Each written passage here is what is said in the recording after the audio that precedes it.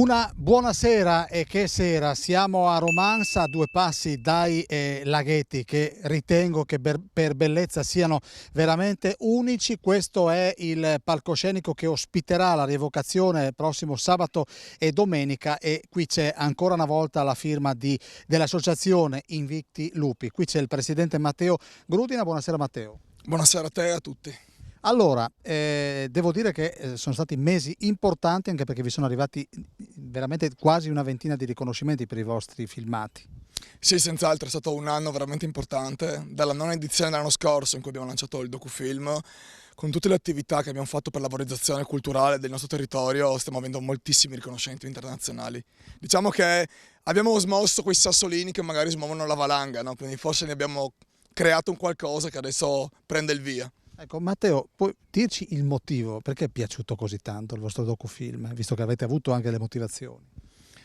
Io penso perché siamo stati degli innovatori e siamo stati dei pionieri nel lanciarci con coraggio in un'avventura nuova che nessuno aveva mai trattato. Quindi un nuovo scenario, un nuovo periodo storico che nessuno ha mai valorizzato e ci siamo inventati un linguaggio nuovo. Quindi prendendo da varie esperienze abbiamo messo insieme un'unione tra fiction e approfondimento storico ed è un linguaggio che funziona con la gente e sta funzionando per tutto quello che stiamo prendendo. Ecco, la nostra Chiara Miscoria sta riprendendo quelle che secondo me sono delle vere e proprie risorse.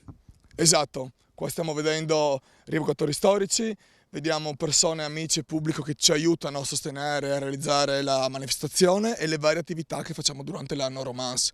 Quindi è una sinergia che funziona e che è fondamentale per il successo di quello che stiamo facendo. Quando nasce Invicti Lupi? Invicti Lupi nasce nel 2011, quindi siamo ormai all'11° anno. Quindi abbiamo fatto la nostra iniziale gavetta, abbiamo fatto il nostro percorso e adesso dopo tanti anni iniziamo ad avere delle soddisfazioni che ci permettono di lanciarci in progetti più ambiziosi, più importanti. Ecco, poi andremo a vedere, ho visto che ci sono anche degli animali. Una che è la mia preferita, che tra l'altro dobbiamo dire come va il matrimonio, visto che avevamo lanciato l'unione, poi il Covid ha fatto del suo, ma voi il matrimonio l'avete fatto lo stesso.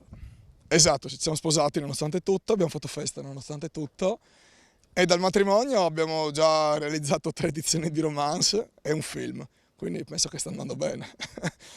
Allora, io direi che così è la prima volta, penso che Telefriuli noi saremo da queste parti proprio per raccontare la rievocazione che si diversifica rispetto all'anno scorso per cosa?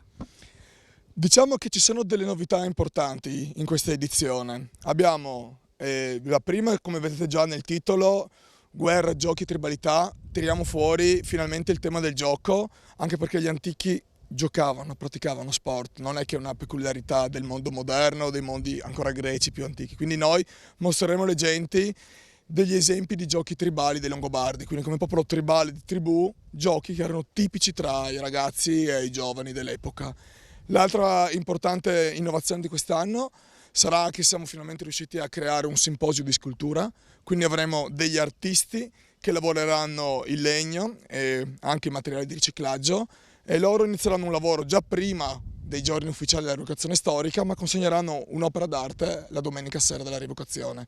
Quindi, oltre ai gruppi storici che vengono da tutta Italia e da varie regioni europee, una marea di rievocatori, Living History nei campi, conferenze, la proiezione di nuovo del nostro docufilm e proietteremo addirittura 3 nuovi documentari brevi che abbiamo realizzato, perché non siamo rimasti fermi dopo il successo di Langobardi, ci siamo andati via a creare altre cose, abbiamo anche queste cose qui, la scultura e i giochi, diciamo delle Olimpiadi antiche del mondo longobardo, quindi un programma veramente ricco. Ecco, dobbiamo salutare e ringraziare i realizzatori di questo filmato, i tecnici, quelli che magari non si vedono mai. Ci sono, una persona che vediamo importante, abbiamo qui Sandra. Conosci bene? Che conosco bene, sì. E l'altro lo vediamo là in Treviere, il nostro regista Simone Vrech, in rappresentanza appunto di Basi 2, lo studio con cui noi ormai lavoriamo da diversi anni e stiamo producendo veramente dei bei prodotti che il pubblico apprezza. Dov'è Simone Vrech? Simone, vieni un attimo da queste parti, facciamo un applauso a Simone Vrech e quindi... Allora, Vrek, bisogna avere, io mi sposto da questa parte, una gran passione per mettere insieme filmati, testi. Sì, bisogna avere una gran passione e una grande energia, perché il documentario è stato uno sforzo importante, insomma, ci abbiamo messo credo quasi 9 mesi, Come fare un bambino. fare un pupo. E quindi sì, è stato qualcosa di assolutamente provante dal punto di vista dello sforzo, insomma, dello sforzo intellettuale, dello sforzo fisico, anche perché siamo andati a girare in mezzo alla neve, insomma, sono state delle giornate sicuramente piene da ogni punto di vista. E poi però abbiamo raccolto tanti bei frutti, quindi tutto quanto diventa giustificato per riuscire a capire che si è fatto qualcosa di importante e qualcosa che è riuscito a trasmettere quello che volevamo, insomma, nella maniera in cui si voleva, appunto. Vrek, che località avete toccato? Allora, abbiamo girato quasi tutto in regione e abbiamo girato dalla montagna al territorio qua vicino Romance, Versa, diciamo così, nello specifico. Poi siamo andati in Austria anche, dove abbiamo girato in un villaggio alto medievale stupendo che è stato, insomma, la grande, diciamo così, la grande ambientazione, quella cinematografica appunto per avere la possibilità di girare in ambienti che loro stessi da soli sono un personaggio, insomma, che riescono quindi ad evocare in maniera molto, molto forte, molto incisiva l'atmosfera che... Ecco, Vrek, in questi 9 mesi quante volte ti sei arrabbiato? Questa è una bella domanda. Tante volte, ma credo che arrabbiarsi sia assolutamente un dovere, perché la rabbia costruttiva è un po' come si dice, un sintomo di passione e di energia che ci si mette. Però poi alla fine tutto rientra quando si vede l'opera, appunto, rientra e si festeggia, insomma. Mi piace, penso che io, se mi autorizzi, ti copierò. Rabbia costruttiva non l'avevo mai sentita, quindi a questo punto credo che utilizzerò anch'io quando mi incavolo. Rabbia costruttiva. Ma dei figuranti, dei protagonisti di questo docufilm, chi è il più birichino, il meno gestibile? Questa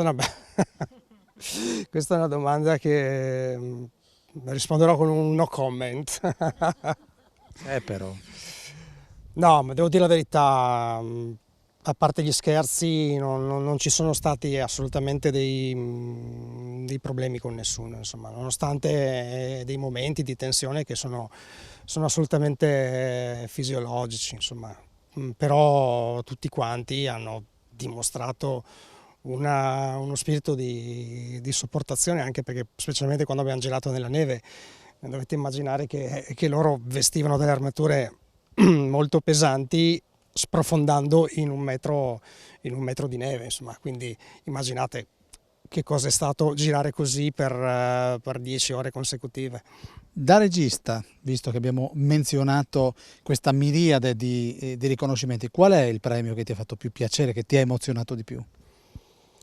Credo il premio che abbiamo vinto a Los Angeles, perché si trattava di un circuito importante, insomma, e vedere che assieme a te gareggiano anche degli altri artisti che vantano un premio Oscar o un Grammy, insomma, vuol dire che comunque ci siamo confrontati con realtà anche di un certo rilievo. So che siete umili, però il fatto che abbiate ottenuto tutti questi riconoscimenti significa che potete puntare in alto, o sbaglio?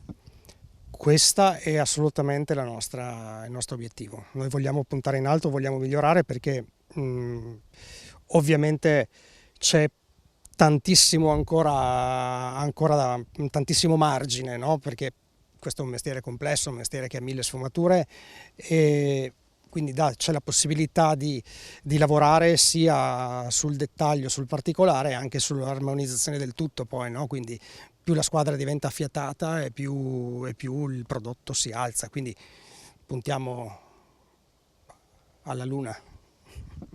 Perché evviva le persone ambiziose. Con Chiara Miscoria vorrei andare a mostrarvi quello che il buon Grudina e i suoi hanno preparato.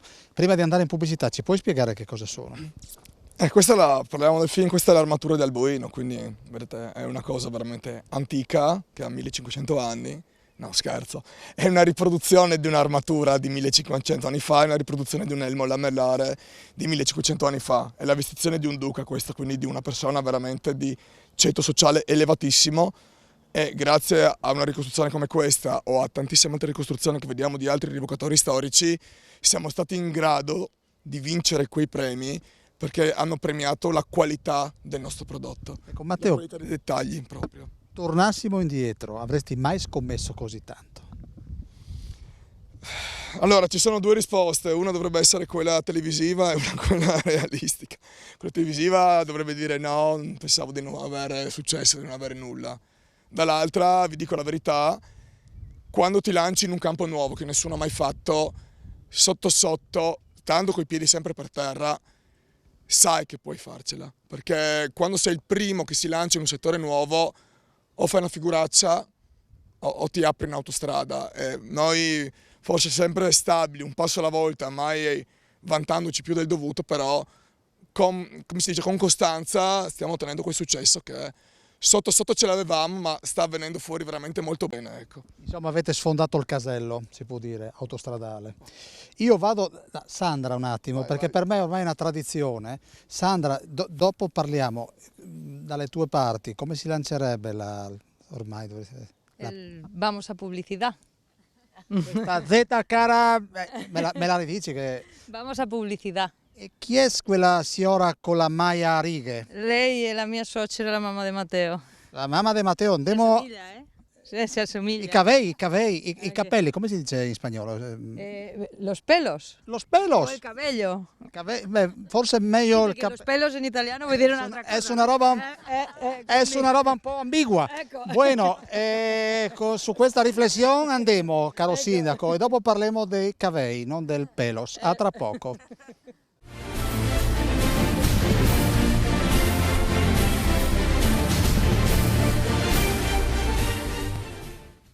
Seconda parte dello scrigno, guardate che posto, venite questo fine settimana. Maria Maras, ma lei è la mamma del Grudina? Eh sì, mamma di Matteo. Ma da piccolo com'era questo Grudina? Vivace. Faceva già Sì, girava sì, già sì. con le spade all'epoca. No, no, con le spade no, ma insomma era abbastanza vivace. È riuscita a domarlo? No, non sono riuscita a domare né lui né mio marito, nessuno. Dov'è suo marito? È quello lì dietro. Ma dei due chi è il più vivace, lei o suo marito? Non lo so, deve dire qualcun altro, la Sandra sa qualcosa.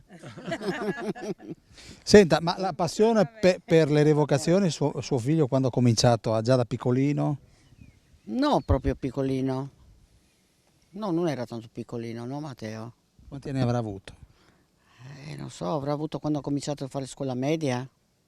La storia gli piaceva, gli è sempre piaciuta la storia. Io voglio partire dal Semino, da dove... Sì, quindi, sì, non era piccolo, la storia, anche a scuola era bravo con la storia.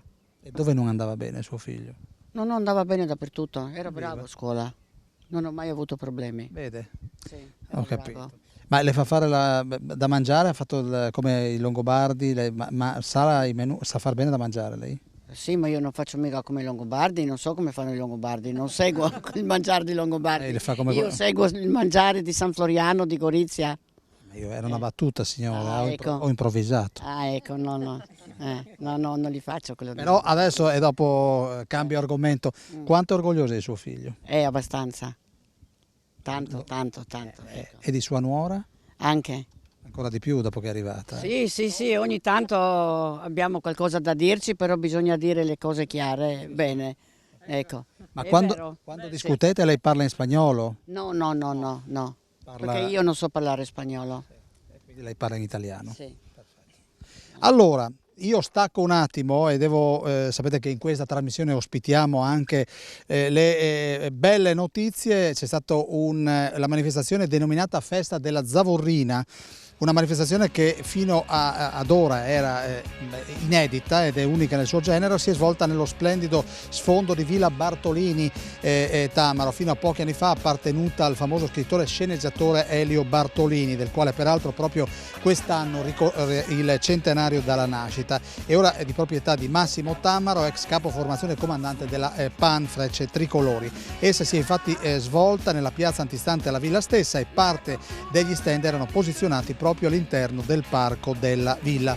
La manifestazione ha visto nell'arco dei 2 giorni la partecipazione di un vastissimo pubblico ed è stata caratterizzata prevalentemente dall'elezione al sabato delle migliori zavorrine, che sono di fatto le persone che viaggiano assieme a chi conduce le motociclette. Ci è stata poi una serata, la partecipazione di 59 motociclette che hanno girato un po' su un itinerario che ha toccato Aris, Palmanova e Precenicco. Nella mattinata di domenica si è inoltre potuto assistere alla sfilata e alla mostra statica di auto storiche.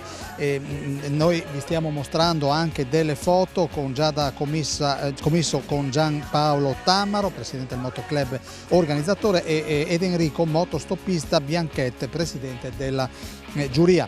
E poi c'è ancora Ingrid con Giampaolo Tamaro, presidente Motoclub sempre organizzatore, ed Enrico, motostoppista. E ancora abbiamo altre immagini che vi stiamo mostrando in sovraimpressione di questo evento che di fatto racconta di una manifestazione denominata Festa della Zavorrina, che si è svolta appunto nella Bassa Friulana Santa Marizza di Varmo. Allora io a questo punto torno all'argomento di questa serata. Lei va? Sì signora, lei torna nelle retrovie, stia bene. Allora io vado dal sindaco di Romans di Isonzo. Allora sindaco, ecco, allora intanto che sostegno ha fornito l'amministrazione comunale a questa realtà? Beh, innanzitutto consentitemi di salutare voi, di ringraziarvi anche per il servizio che fate, perché siete sempre presenti alle iniziative del territorio, della nostra regione e anche nel nostro paese. Questo è un grande servizio perché è importante far conoscere eventi come questo, ma tutto quello che succede nei paesi, alla regione e anche al di fuori. Quindi un ringraziamento dovuto. Io ricambio, approfitto dell'occasione perché io e questo signore ci siamo visti a Rimini, dove c'era l'attendamento appunto della gente di Romans, e anche lontano, a 414 km di distanza, la gente di questo posto ha dimostrato tutta l'accoglienza. Abbiamo visto gente da ogni dove arrivare e fermarsi in quel parco, che se non mi ricordo male era il parco che riporta a un politico, tra l'altro, no? Ti ricordi, sindaco? Non ricordo francamente. Adesso mi verrà... No, era intitolato c'era un caso di omonimia di una persona che è stata premier. Allora, dicevo del sostegno, per voi è un bel biglietto da visita, la Inviti Lupi? Assolutamente, stanno raggiungendo veramente livelli altissimi e anche con il docufilm si è visto, appunto, stanno facendo veramente un gran bel risultato, è un risultato ovviamente meritato sia da parte di Invicti Lupi ma anche soprattutto da parte anche chi ha lavorato dietro la cinepresa. Ho visto anch'io come lavoravano e sono veramente stati professionali. È un biglietto da visita importantissimo per il paese ma per tutto il nostro territorio, ecco, perché come ha detto giustamente Matteo, questo era un argomento che viveva nei musei, no? Era sì sviluppato nella cultura, nei libri e in quello che ovviamente era appunto all'interno anche degli studi scientifici, ma mancava forse dell'aspetto turistico-culturale più generalista. Ecco, in questo modo ci si sta arrivando, ecco, grazie a iniziative come Romans Langobardorum e anche tutte le iniziative che stiamo muovendo attorno alla valorizzazione del patrimonio longobardo. Noi stiamo come comune lavorando per realizzare una nuova sede del museo, ecco, aspettiamo che diciamo, il grande pubblico si accorga di questo patrimonio, venga a visitare Romans. Nei prossimi giorni, il prossimo fine settimana ci sarà una grande festa di storia, no? E anche ovviamente di persone, perché la festa è fatta da persone e di grande impegno, perché dietro a tutto questo lavoro le persone lavorano da tanto tempo e 10 anni non è facile così mantenere un evento di questo tipo. Io ricordo tra l'altro anche la prima volta in cui Matteo è venuto in comune, eravamo io e il sindaco precedente, ed è venuto assieme ai rappresentanti dell'associazione Iscussons a presentarci questa idea. Inizialmente ci stavamo ragionando, tutti pensavamo e sicuramente non immaginavamo l'evolversi in questa maniera, però insomma è vero, Matteo aveva già la sua idea, vedeva già tante cose ed è stato bravissimo a realizzarle e soprattutto a contornarsi di persone serie che hanno avuto con lui la caparbietà e la capacità soprattutto di portarla a compimento. E ho piacere anche per proprio i rappresentanti delle associazioni locali, perché anche loro da tanti anni chiedevano una valorizzazione di questo tipo e anche per loro un premio per il lavoro che hanno fatto in tutti questi anni. Ecco Sindaco, io li definirei quasi ambasciatori di Romans d'Isonzo, perché questo comune, di fatto il nome di questo comune è riecheggiato a Los Angeles e anche in altri luoghi del mondo. Assolutamente, è sicuramente anche una responsabilità questa da parte di tutti, anche delle istituzioni, perché effettivamente stanno portando il nome un po' ovunque. Io auguro ovviamente a loro di vincere ancora altri premi, ma soprattutto di poter lavorare ancora per molto tempo e poter realizzare altri obiettivi, quello che loro appunto auspicano di poter realizzare. Io li auguro veramente con tutto il cuore di poterlo fare e di raccogliere le soddisfazioni che ovviamente meritano. Grazie al sindaco di Romans, se volete facciamo un applauso, visto che siete in tanti di questo, vi ringrazio per aver dedicato un'ora e mezza della vostra vita. Allora Sandra, vieni un attimo, ecco, tuo marito prima ti ha presentato, abbiamo ancora 2 minutini, come una delle principali, abbiamo sentito il regista. Quali sono le difficoltà per allestire qualcosa che per realizzarlo ci sono voluti addirittura 9 mesi? Parliamo del documentario, vero? Perché gestisce tante cose. Allora, è stato un lavoro titanico, che diciamo noi in Spagna, perché quello che diceva lui, che abbiamo fatto qualcosa di innovativo, la cosa che abbiamo fatto di innovativo per le quali stiamo ricevendo tanti complimenti, tanti premi, è perché abbiamo lottato per ricreare completamente tutti i vestiti e tutti i corredi, tutti gli attrezzi come una volta e come quello che puoi trovare in un museo, perché ci abbiamo accorto che sono tanti documentari sia a livello televisivo nazionale, internazionale, che tante volte esce un storico che parla bene, parla di un argomento, di una cosa scientifica, contestata e tutto, e le immagini che escono di sfondo non hanno niente a vedere. O magari anche tirano un po' del fantasy, e lì è dove noi abbiamo fatto questo salto di qualità, no? Abbiamo ricreato dei vestiti, delle gioiellerie, degli attrezzi, della decorazione, tutto curato, anche il proprio letto che esce lì, diciamo, in legno, è tutto cercato, tutto è scritto come era una volta. Sandra, ecco il costume che indossi in questo momento? Sì. I piedi no, che non i piedi no. Vediamo, porto la sottotunica in lino, la tunica in lino, perché sarebbe questo, diciamo, è il corredo d'estate, dopo d'inverno sicuro porterei una di lana ben doppia. Porto, diciamo, dei colori che sarebbe un ceto mezzo e un po' alto, qua dove porto questo diamantato, delle collane in pasta vetrea, e dopo qua porto degli attrezzi che farebbero vedere che io ad esempio mi dedico alla tessitura. Qua porterei l'attrezzo per montare il mio fuso e la fusaiola, anche la pietra che è un portafortuna, si chiama in italiano, un amuleto. La chiave della casa, perché in quanto si sposavano l'uomo dava la chiave della casa alla donna, quindi se non voleva che entrasse chiudevo la porta e l'uomo non entra più, no scherzo, passava a essere il responsabile della casa. Il coltello di cucina, e soprattutto una cosa molto importante dei Longobardi e che si sono trovati in tanti reperti archeologici sono i pettini, per questa cosa che il longobardo, no? La barba lunga, capelli lunghi, questa tribalità, questa religiosità in questo fatto, no?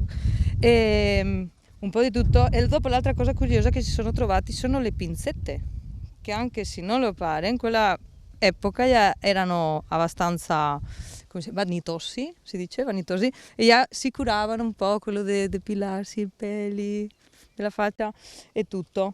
Forbici, le forbici come buona sarta o persona che lavora la tessitura, che questo è molto curioso perché anche fino al giorno di oggi queste uguali che queste ancora le usano per il fatto della tessitura, ma anche così in grande ancora si usano al giorno d'oggi per la tossatura delle pecore. Che dopo vedremo. Ecco. Andiamo in pubblicità, a tra poco. A pubblicità.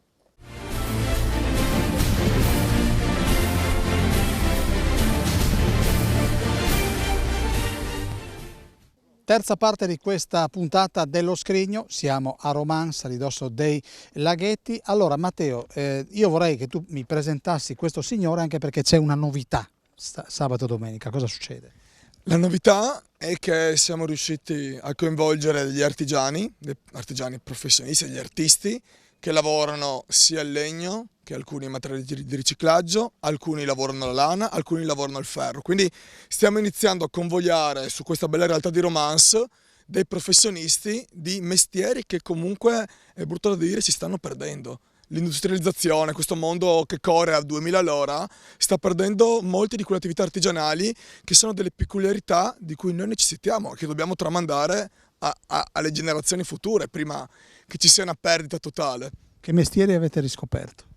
Beh, abbiamo il mestiere di chi lavora ancora la lana, dal pastore all'allevatore a chi ancora la produce fino al tessuto. Abbiamo la fortuna con Romance di avere un mastro del ferro battuto, quindi non solo produzioni industriali di ferro, ma qualcuno che lo forgia e lo fa a mano. Tra i rivocatori abbiamo chi ancora crea gli oggetti che vediamo qua in bronzo, quindi che li fonde, li crea gli oggetti, quindi la fusione, sempre pratiche che si stanno perdendo. E qui in rappresentanza abbiamo Stefano Comelli, che è di Romance, diversa di Romance, ed è un artista, uno scultore del legno, quindi un'altra, la falegnameria, questo lavoro, i Longobardi avevano tutto in legno, case, attrezzi, tutto, è una cosa fondamentale, però è qualcosa che non si trova, una maestranza più locale, no? Si cerca all'estero solitamente. Quindi lasciamo spiegare a lui il suo mestiere. Stefano Comelli, il suo mestiere qual è? È il mestiere di scultore, che in qualche modo si riesce ancora a fare, a fatica, ma è possibile fare. È vero, come diceva Matteo, che si va perdendo la parte artigianale, la parte dei mestieri antichi, l'uso delle mani. Noi purtroppo anche utilizziamo le mani e anche utensili, diciamo, contemporanei, la motosega, però gli scalpelli ci sono, l'ascia si usa. Questo è comunque un mantenere vivo e portare avanti quello che era l'intaglio, quello che era la scultura, quello che insomma è questa tradizione. Senta Comelli, che cosa mostrerà nel prossimo fine settimana? No, in realtà siamo un gruppo di scultori. Io che provengo dal territorio, poi ci sarà Corrado Clerici che arriva da Forni di Sopra, Ermanno Plotzer che arriva da Sauris e Andrea Caisutti da Percotto. Siamo 4 scultori professionisti. Andremo a realizzare in presa diretta da grandi tronchi di cedro delle figure dei Longobardi, figure femminili, maschili. So che ci saranno 2 figure femminili, un guerriero, un falconiere. Queste saranno le sculture che nell'arco della manifestazione si potranno vedere realizzare dal vivo, come per noi capita per consuetudine nel fare nei simposi. Senta, cedro è un legno amico degli scultori e c'è, secondo lei, sicuramente c'è un legno che è meno duttile, meno adatto a farsi modellare? Beh, sicuramente. Il cedro, che non è un legno autoctono, però ancora si ritrova molto diffuso perché è piantumato un centinaio d'anni fa, quasi per moda, nei parchi, nelle grandi ville, e che in qualche modo ha raggiunto il fine ciclovita, che è un centinaio d'anni. Adesso per grandi altezze e per pericolosità vengono man mano purtroppo abbattuti, ma questo fa parte un po' del ciclo naturale. Alle volte è impensabile pensare che non ci sia un fine anche per i grandi alberi. Per diversi motivi vengono abbattuti e in qualche modo noi li raccogliamo. Il cedro era l'essenza di una parte strutturale delle navi dei Fenici, cioè parliamo veramente di essenze importanti. Se l'essenza alla quale non sono molto affezionato è il pino marittimo, il pino marittimo è una non essenza, va bene forse per ombreggiare, ma per scolpire è molto resinoso, è uno dei peggiori legnami che si possono scolpire. Matteo, queste sculture dove verranno installate? Allora, inizialmente verranno messe in Casa Pasiani, quindi nella biblioteca comunale, verrà allestita una mostra ad hoc per un periodo e il loro fine sarà, si spera dal prossimo anno, ma ci dovremmo arrivare, avranno una locazione più adatta a loro per il nuovo progetto al quale Invicti Lupi sta lavorando, che è quello della ricostruzione di un villaggio longobardo del VI secolo. Quindi è un progetto che dobbiamo finire di realizzare, che speriamo di inaugurare il primo lotto il prossimo anno, e lì ci sarà una locazione corretta per queste opere scultoree, che non saranno le uniche. Noi speriamo di anno in anno di implementare, di aumentare gli artisti, di far divenire veramente Romance un centro culturale e di attrazione per questi artisti, questi artigiani, in modo che ci sia anche un passaggio delle conoscenze, perché io sono sicuro che quando loro saranno qui 3-4 giorni a lavorare, qualche ragazzo, qualche giovane, ok gli adulti, ma qualche giovane si avvicinerà e magari basterà coinvolgere uno o due e si inizierà a creare un moto. Alla fine è questo che dobbiamo fare, dare degli input alla gente di interesse per avvicinarli di nuovo a queste cose, a questi mestieri. Dove sorgerà questo villaggio? Il villaggio sorgerà nell'area dell'ex polveriera militare di Romance. Stiamo adesso lavorando con l'amministrazione comunale per finire di svincolare vari vincoli regionali e quant'altro, perché sappiamo che in Italia la burocrazia è il peggior nemico di ogni buona azione, di ogni buon proposito di fare qualcosa di bene per la comunità. Ci stiamo riuscendo, i suoi tempi sono i suoi tempi, però noi contiamo nel 2023 di lanciarlo, anche perché sarà un'area che sarà conseguenziale a questa magnifica area dei laghetti. Cioè Romance nei progetti futuri avrà da parte dell'associazionismo, come Invicti Lupi, un villaggio, grazie all'area dei laghetti, un'area di sfogo, quindi un villaggio con vicino un'area naturale, e in centro città un museo virtuale. Quindi io penso che Romance nel prossimo futuro potrà andare veramente a competere con i grandi centri che si chiamano Cividale, Aquileia, per il fatto che a Romance ci muoviamo. Non avendo nulla, stiamo lavorando per creare aspettativa, interesse turistico, ma turismo culturale, quindi un turismo di qualità, quindi che poi possa portare anche un indotto, un benefit a tutta la popolazione, a tutta la comunità qui intorno. Senti, che cosa sta inquadrando la nostra Miscoria in questo momento? Sta inquadrando alcuni altri esempi di riproduzioni storiche. Qua vediamo un elmo, delle spate, degli scramasax, un telaio portatile, perché i telai erano anche più grandi ovviamente per fare i tessuti, quindi alcune attrezzature. E intorno vediamo appunto rievocatori storici, alcuni della mia associazione, degli Invicti Lupi, e altri dell'associazione a noi qua più vicina che vengono da Trieste, che sono gli Avar Project. Che sono questi ragazzi? Questi qua, esatto. A parte lui che si è infiltrato, è un invicto lupo, ma si è infiltrato in mezzo ai ragazzi triestini. Allora, voi arrivate da Trieste. Trieste, sì.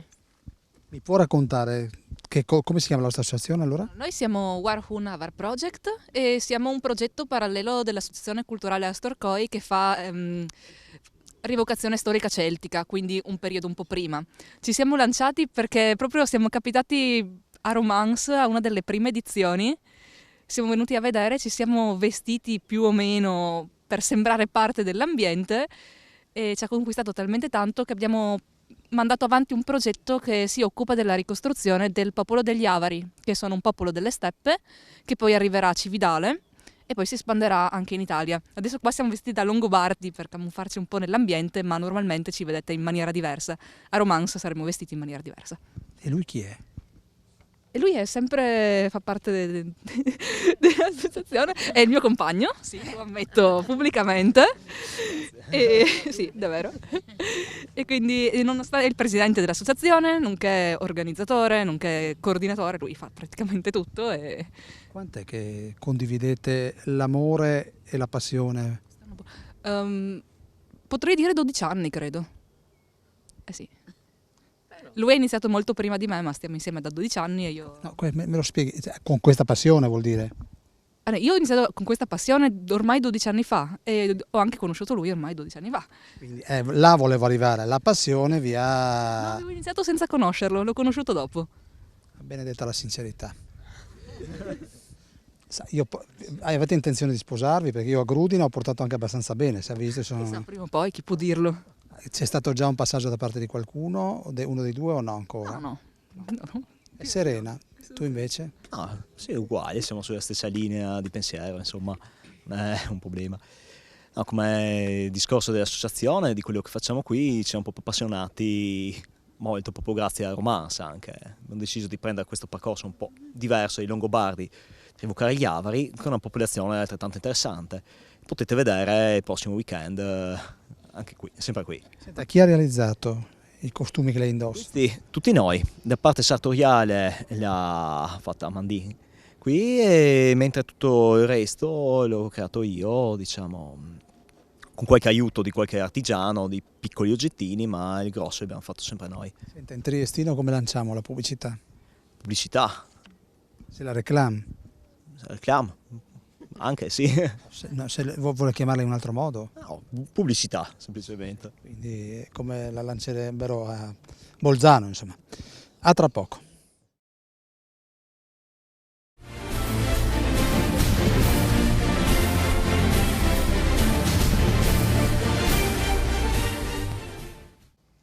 Quarta parte. Allora, Matteo, dobbiamo menzionare due persone per due distinti motivi. Sì, collegata al lavoro sul simposio della scultura, dobbiamo citare l'assessore alla cultura di Romance, Alessia Tortolo, che è lei che è stata quella che mi ha messo in comunicazione con gli artisti, perché ovviamente anche noi come associazione la nostra sinergia di collaborazioni aumenta di un passo all'anno, ma è necessario che qualcuno ci faccia da tramite, perché non è che siamo onniscienti, conosciamo tutte le persone del mondo, quindi grazie a lei che si è interessata e ha fatto conoscere queste due realtà e che quest'anno saranno il primo anno di collaborazione. Poi dobbiamo dire che questa è un'ecofesta.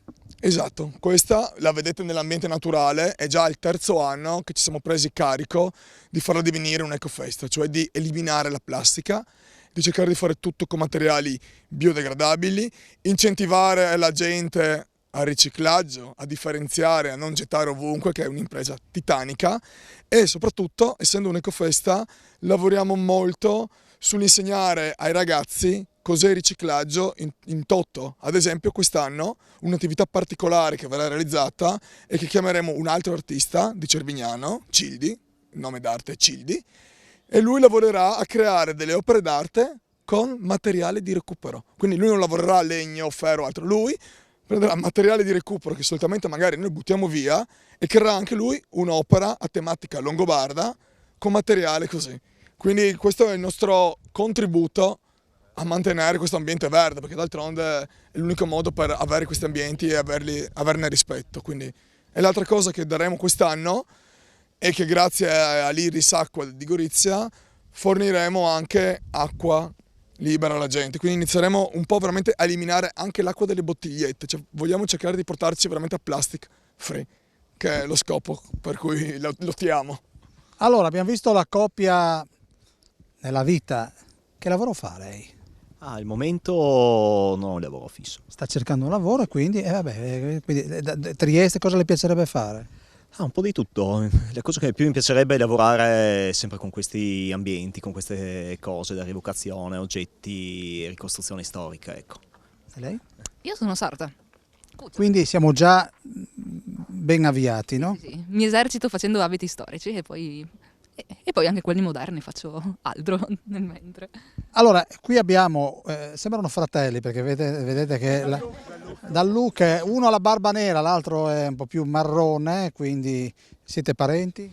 No, ma i capelli ci uniscono, siamo gli unici longobardi con qualche difetto di fabbrica, ma ci lasciano fare. Quindi, sardo. Esatto. Sardo lei? Sì, ma... Ma senta, i longobardi sono arrivati in Sardegna? Al momento pare di no. Al momento pare di no. Di che zona è? Della costa sud-est della Sardegna, esattamente in Muravera. Sento che bello il posto. Piacevole. Piacevole. Siamo modesti. Lei tifa per il Cagliari?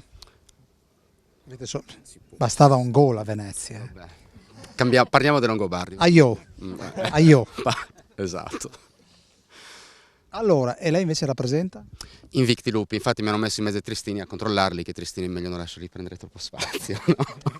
Scherziamo.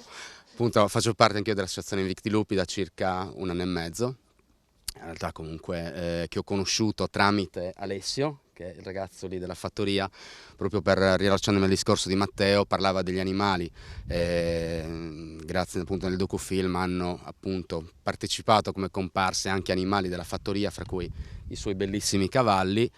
Ho avuto insomma il privilegio con la passione che ho anche per i cavalli di poter collaborare con lui, quindi di conoscerli, e unito la passione della storia a questa bella realtà che sta veramente dando tante soddisfazioni. No, signor, la storia, sentito la storia, qua batte la vocale. Di che cosa con cosa è stato realizzato questo scudo? Questo scudo è realizzato con legno di betulla, un triplo strato di legno di betulla, un rivestimento di juta con praticamente un umbone, questa è la parte principale dello scudo di ferro che diciamo, tiene un po' insieme tutta la struttura e serve appunto a dare compattezza. Cucito poi a mano con un rivestimento di pelle con un passaggio vario che serve a tenere insieme tutto quanto. E invece lei? Invicti Lupi? No, sono sempre di Trieste assieme a Massimo Amandin. Lei cos'è, il compare? Diciamo... Potenzialmente. Lei ha la faccia da compare. La faccia da compare. Aiuto. Da complice.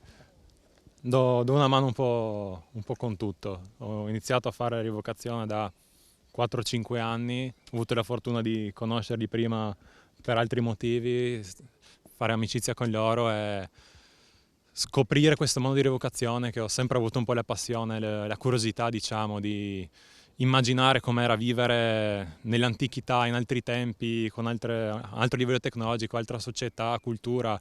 La rievocazione storica permette non solo a noi che ci divertiamo qua, ma anche al pubblico, a tutti, di toccare con mano la storia, cercare di immedesimarsi in queste cose. Allora, grazie anche a lei. Il nostro Matteo ci ha messo a disposizione 3 materiali filmati. Io direi di mandare 2 minutini della proiezione del trailer dei Longobardi, Alboino e Romance. Io sono Alboino, figlio di Audoino, della stirpe dei Causi, il guerriero scelto dal possente dio Wotan per sconfiggere i grandi guerrieri Gepidi e i loro eroi.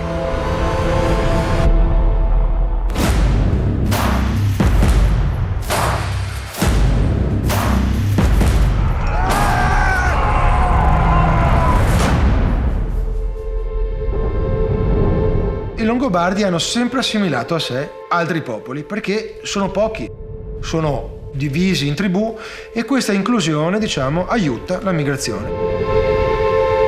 Decide dunque, come racconta Paolo Diacono, di affidare il territorio appena conquistato a Gisulfo, suo nipote e scudiero. Con lui a difesa della mia retroguardia potevo concentrarmi sulla conquista di questa enorme pianura.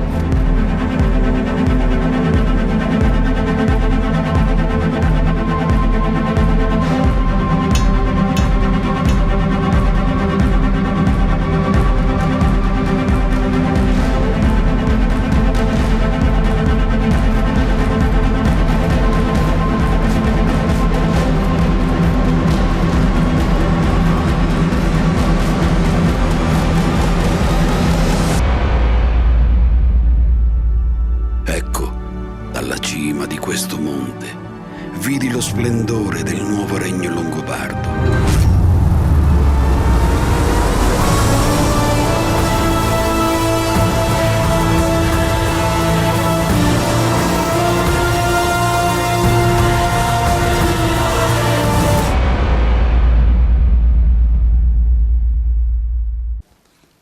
E lei invece di Romance? No, di Gorizia.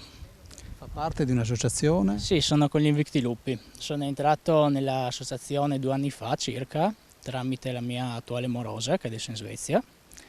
E mi sono trovato subito bene, è un bel gruppo, si fanno cose molto interessanti e dunque sono qua voglioso di continuare questo grande progetto che abbiamo iniziato, che è anche una grande motivazione.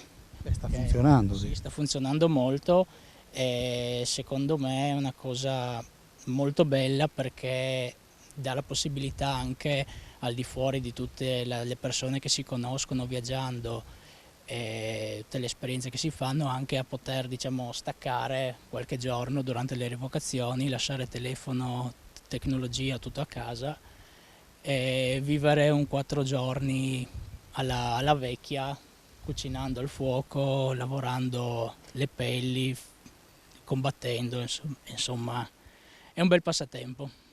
Allora, grazie. Io però vedo queste maglie di colore bianco, le hai menzionati prima Matteo, presentamelo tu, perché questo signore, se non ricordo male, mi ha fatto fare una visita nella chiesa di Santa Elisabetta un po' di anni fa, Cicerone fantastico, ci sono dei pezzi unici, presentamelo.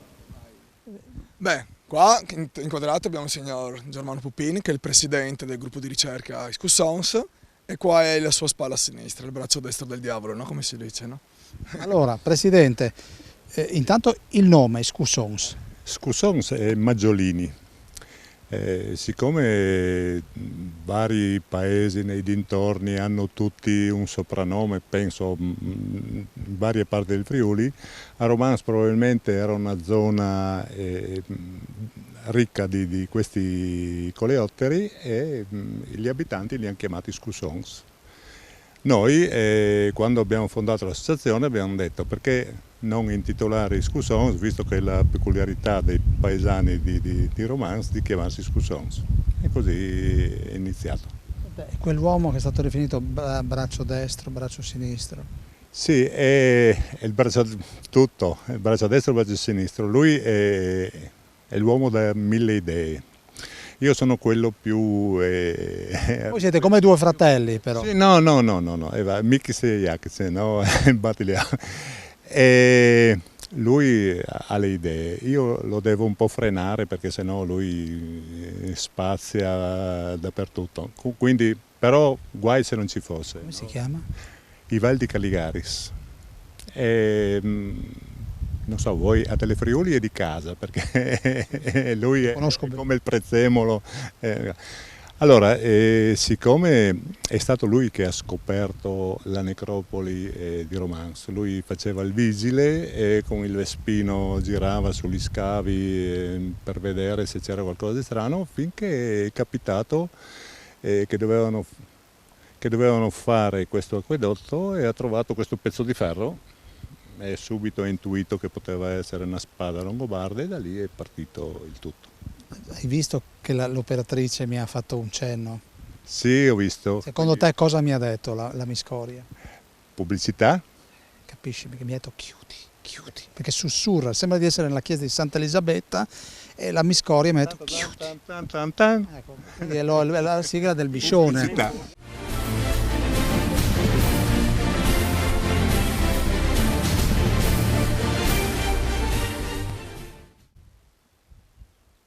Soffia è sempre così Val di Caligaris da queste parti, è un clima perfetto. Magari se fosse così.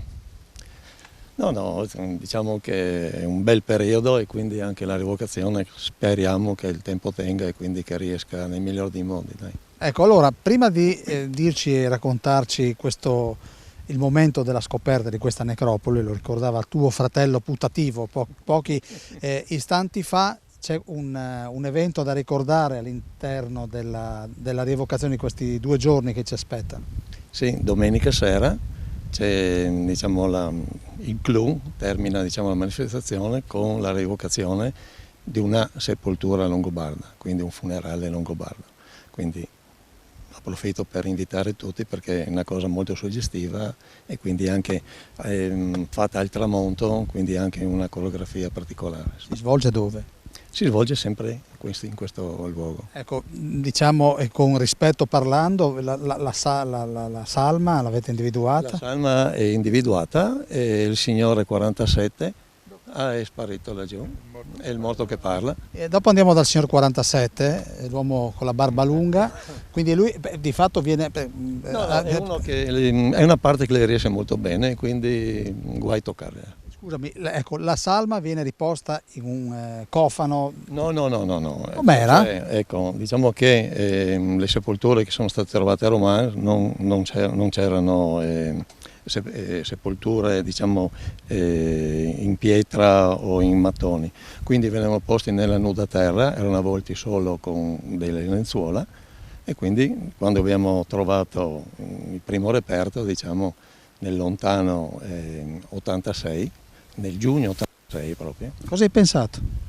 No, allora intanto in quel tempo facevo un lavoro, insomma, facevo il vigile urbano, e nel controllo del territorio era questa macchina operatrice che faceva uno scavo per fare un serbatoio pensile d'acquedotto, e avevo visto che l'operaio aveva messo da parte 2 pezzi di ferro, diciamo.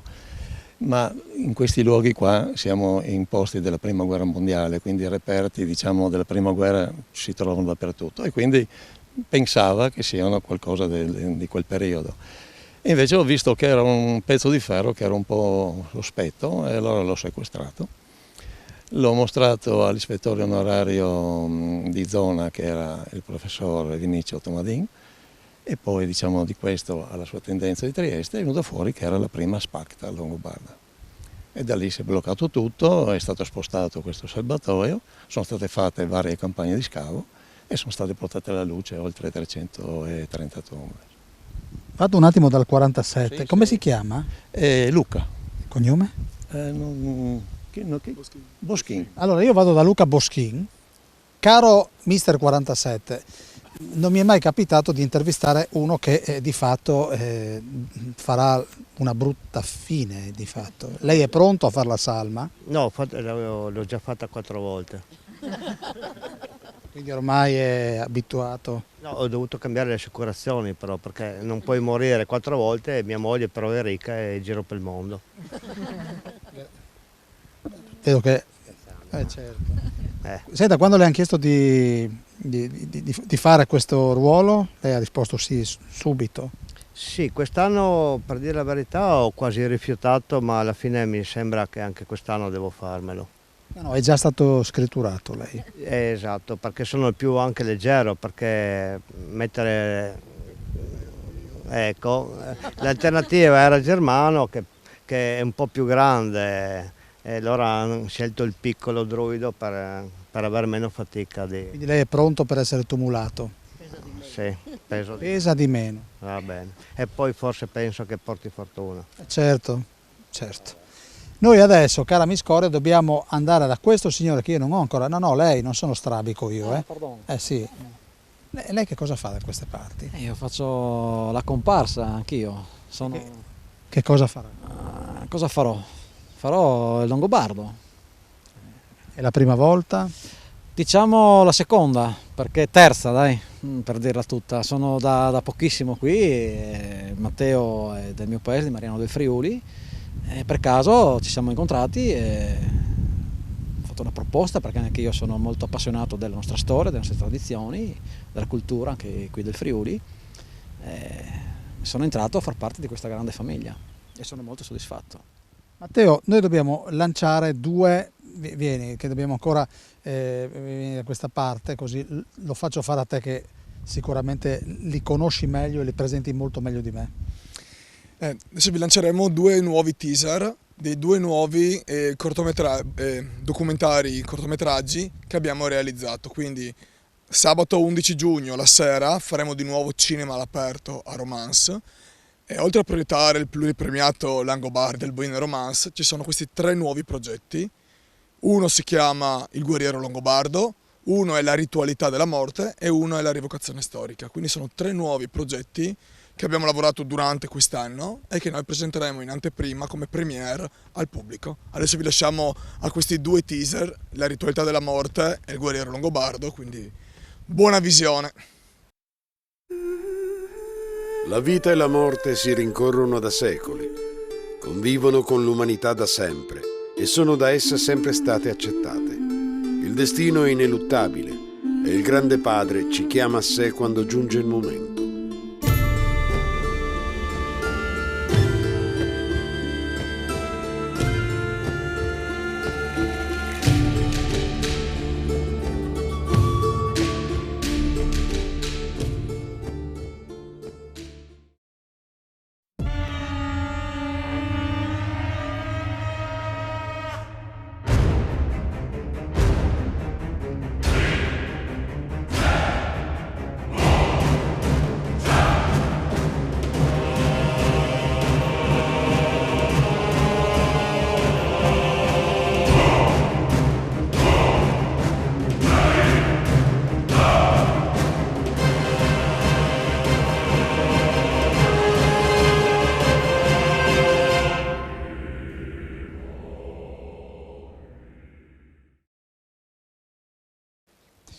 Ed eccoci, torniamo da Sandra, me li presenti tu, ovviamente prima gli umani e poi... Boh, una famiglia di bestie in generale. È la piccola fattoria Comugnai, che è una grande famiglia, in verità non una piccola fattoria, una grande famiglia che già da un bel po' di anni che collaborano con noi qua nell'evento del Romance, che vengono con le sue piccolini, ogni anno portano qualcuna bestiolina nuova, sia conigli, pecore, e questo anno avremo alla Star, che è nata alla special guest, che è Panna, che è la capretta miracolo. Perché capretta miracolo? Te lo spiega meglio Alessio. Alessio, perché capretta miracolo? Capretta Miracolo perché ha avuto una storia abbastanza travagliata da quando è nata a fine gennaio. All'indomani la mamma, erano nate 2 gemelline, all'indomani la mamma è andata in mastite, quindi abbiamo dovuto allattarle col biberon, e un paio di giorni dopo la sua sorellina non si è capito bene per come mai è scomparsa ed è rimasta lei. Ha un mese di vita, di punto in bianco, ha completamente perso l'uso delle gambe, tipo paraplegica, e abbiamo tentato insieme al nostro amico Tommaso, ne abbiamo tentate un po' di tutte, i veterinari non sapevano cosa farci, e lei dopo 3 settimane di immobilità totale, di punto in bianco, ha deciso che era troppo attaccata alla vita, ha puntato le zampe dietro, ha puntato le zampe davanti e ha cominciato a camminare. Possiamo fare un applauso perché evviva Panna Miracolo. E invece l'altro mister Peloso chi è? In realtà sono 2 cani perché appunto dicevo lei dopo aver è cresciuta con i nostri 5 cani, 7 cani, e quindi lei si crede sostanzialmente un cane, come potete vedere, quindi è più, a volte più dorme in trasportino, è più obbediente spesso di loro, quindi vanno d'accordo? Sì. Ecco, la signora mi ha detto intervistami perché è una cosa che ho sognato. Posso farlo, Sandra? No, ma sì, come si chiama la signora? Come si chiama? Falla parlare. No, dillo in spagnolo. Ad che hable. Sì, devi parlare. Lei invece è? Katia, la compagna di Alessio. Ecco, voi condividete questa passione, una fattoria che è a Aquileia, quindi diciamo che è meta dei bambini soprattutto, no? Sì, esatto. E qui che cosa farete nel prossimo fine settimana? Parla Alessio. Lei sa cosa farete, non faccia la timida, vero Alessio? Quindi? No. Voglio dire, le persone che verranno qua... Gli asini, le caprette, le pecorelle e i cani, i nostri cani che sono dei pastori dell'Agorai. Dov'è l'Agorai, scusi? È in Trentino. Quindi non lontanissimo. Posso chiedere se Panna viene con me un attimo? Tanto io provo. Vorrei andare un attimo da una signora che conosce molto bene il buon Grudina. Vado da questa parte. Dov'è Grudina? Qua. Vieni creatura. Sì, Panna Miracolo, vieni. No, mi manca questo signore qui. Perché scappi? No. Vedi che c'è Panna Miracolo che ti dà la...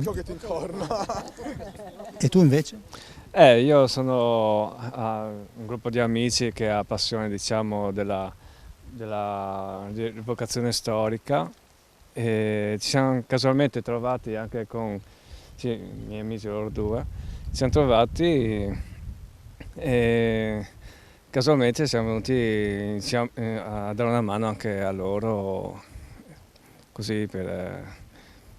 Me li presenti tu i tuoi amici? Sì, lui Pebles e Matteo, e lui Nicola, il mio fratello, e insieme a loro... Siete gemelli? Sì, gemelli. Sì, perché ho una certa età, ma sono quasi uguali. Panna sta mangiando l'erba, quindi mi dice che devo andare in pubblicità, vero Panna? Guarda che appetito che ha. A tra poco, cara Miscoria.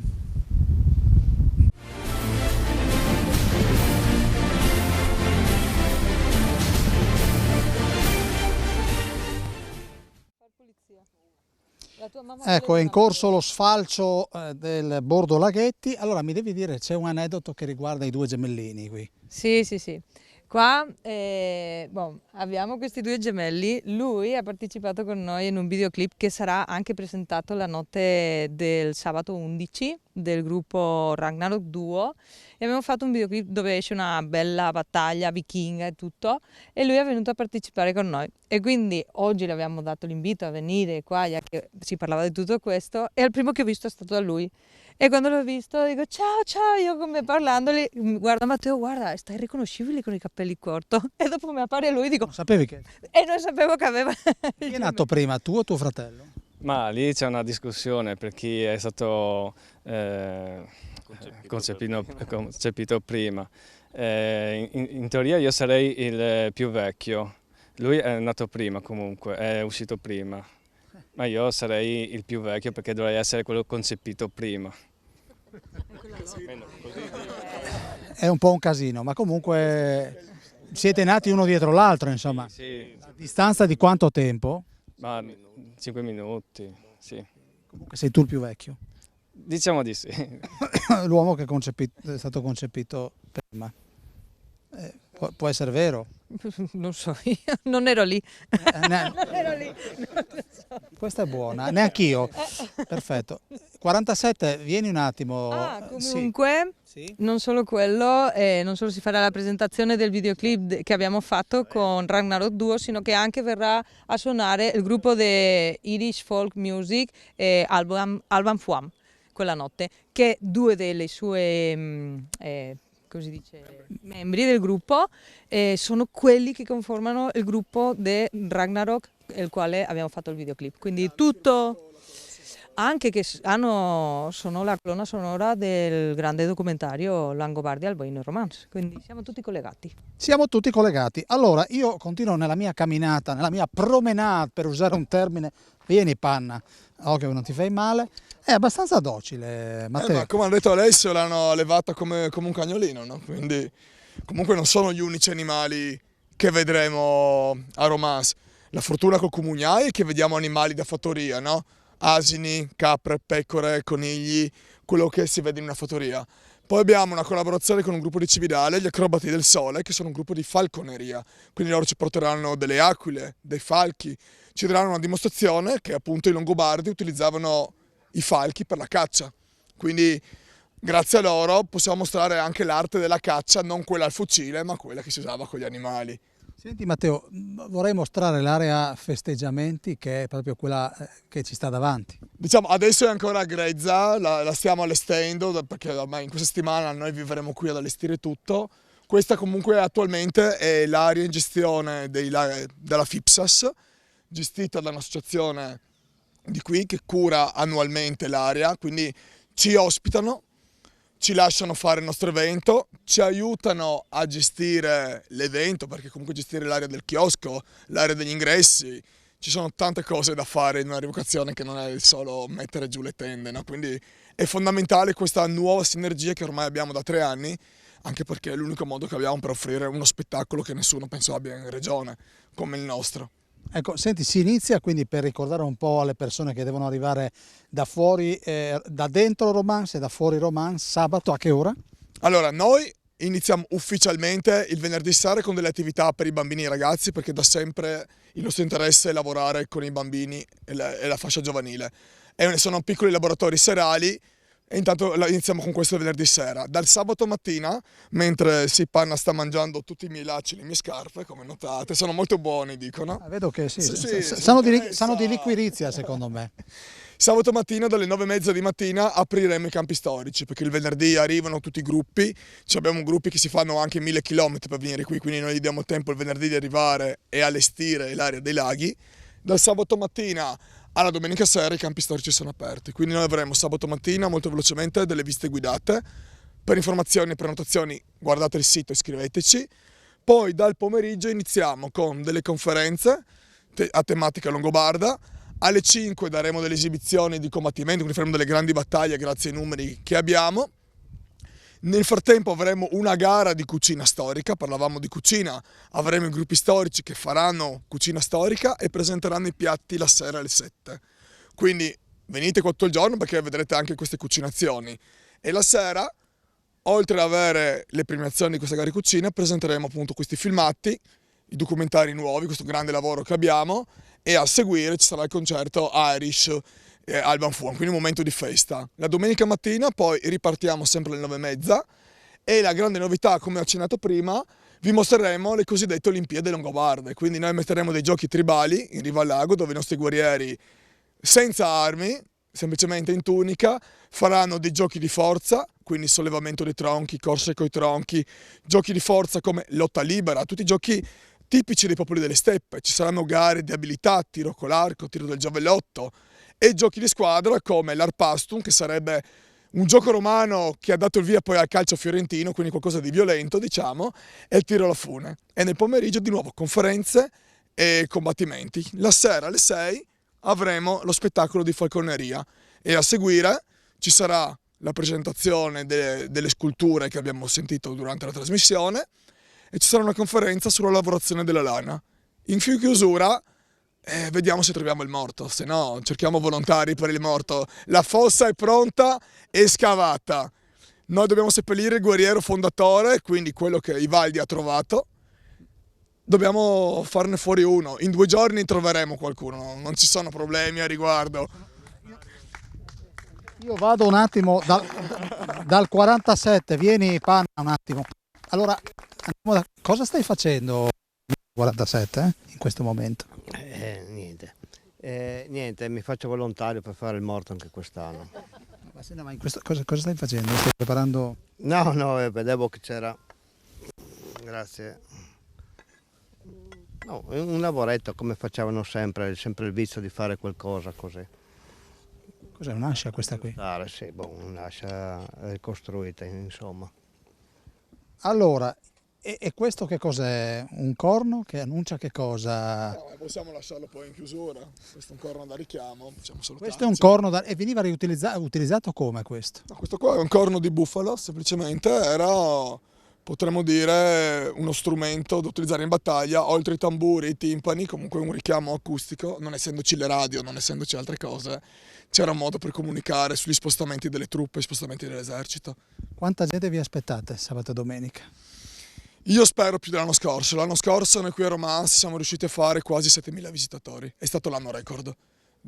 Sicuramente ha influito il primo evento dopo la chiusura, il fatto che eravamo qui a luglio in estate, quindi noi contiamo che con tutto il movimento che abbiamo creato grazie al film, grazie a tutti i lavori che facciamo con le scuole, grazie al passaparola che è continuativo e la gente che viene qua si trova bene, si trova a casa, non dico di raddoppiare, ma di aumentare quei numeri sarebbe importante, anche perché ricordo sempre che questa festa, questa rievocazione storica, ha sì dei sostegni pubblici, ma per gran parte è totalmente autofinanziata dalla nostra associazione. Quindi io invito chi ci crede a progetti come il nostro di venire e di dare il suo contributo semplicemente mangiandosi una bistecca, ma bevendosi un 40 birre e godendo degli spettacoli che ci sono.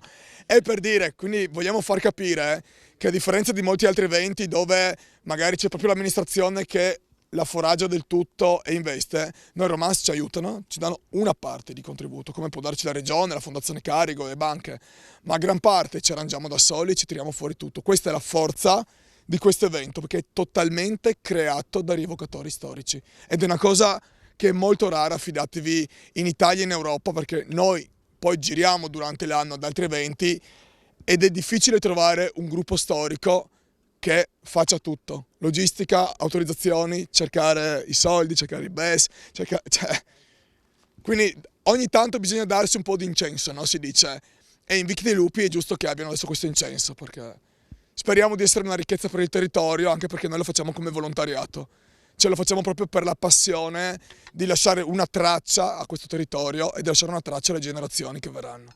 Allora, grazie a Matteo Grudina. Sandra, vieni perché di solito chiudiamo sempre in 3, quindi è giusto in questo caso. Siamo in 4, eh? Siamo in 4. Siamo mangiato metà scarpa, intanto.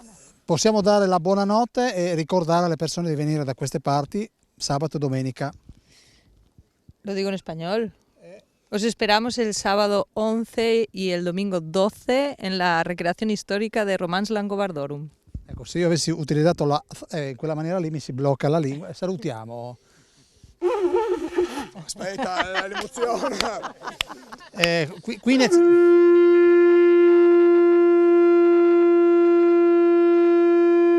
Il bello della diretta, no? Alla fine. La diretta. Grazie, un saluto anche da Panna Miracolo che guarda dritta dritta in camera. Grazie alla nostra Miss Coria e noi ci vediamo martedì prossimo, ovviamente con lo scrigno, su Telefriuli, che lo ricordo è l'11, 2 volte numero 1. Alla prossima.